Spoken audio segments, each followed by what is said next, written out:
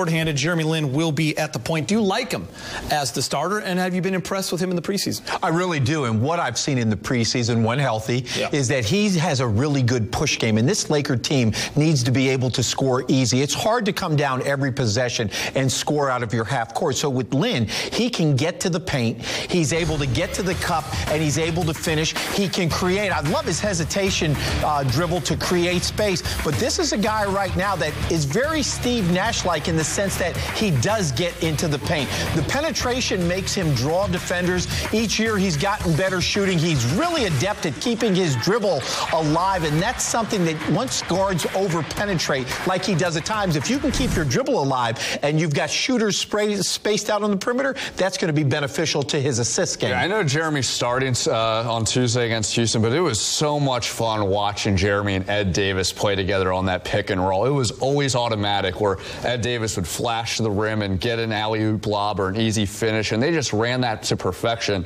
And I think that's a lot of a reflection on Jeremy because he was able to create that instant chemistry where he's getting the ball moving, gain a lot of energy in attack mode while also setting up his teammates. Do you think he's improved as a facilitator? I think he has. I think that he hasn't been timid in any degree, even though these guys are obviously all new teammates. But I think where he needs to improve is on the defensive end. That's something that, he spent a lot of this offseason. The effort's there, but the execution needs to be a little bit more consistent. Well, I'll tell you, because of his ability to penetrate and draw multiple defenders, that's what's helping his assist game. And he's the only Laker point guard that has the ability to do that. I mean, Chris, you and I sat here and watched him drop 10 assists in one preseason game, so we know he's capable of double digits. Now, the key is going to be who's going to be out there that he can kick out off penetration, knock down the jumper. And then what I like about Ed Davis is the drop game. He gets in there, he draws another big, he drops it off. Ed's got great hands and is excellent at finishing close to the rim, Chris. Yeah, no question about it. He's definitely exceeded expectations in that area. Coach, what about the emotions he's going to feel? You heard him right there talk about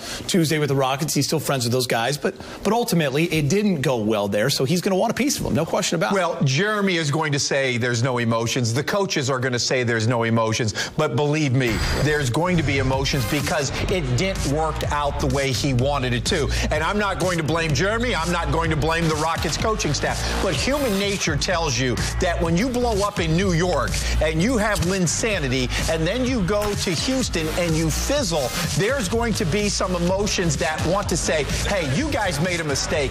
I can play. Now, the problem you have as a coach is there's going to be emotions. You can't let that affect his game. He's got to stick with the offensive scheme and the defensive schemes that got him through the preseason. Oh, I think he answered the question when I asked him about that, as far as whether he got a fair shake. And he paused for about 6 seconds and then said, I have to think about that one. So I think that basically shows that, this is a game that he touts really importantly, and he wants to prove that, obviously they missed out on his services. All right, guys, it's going to break. Still to come on Access Sports.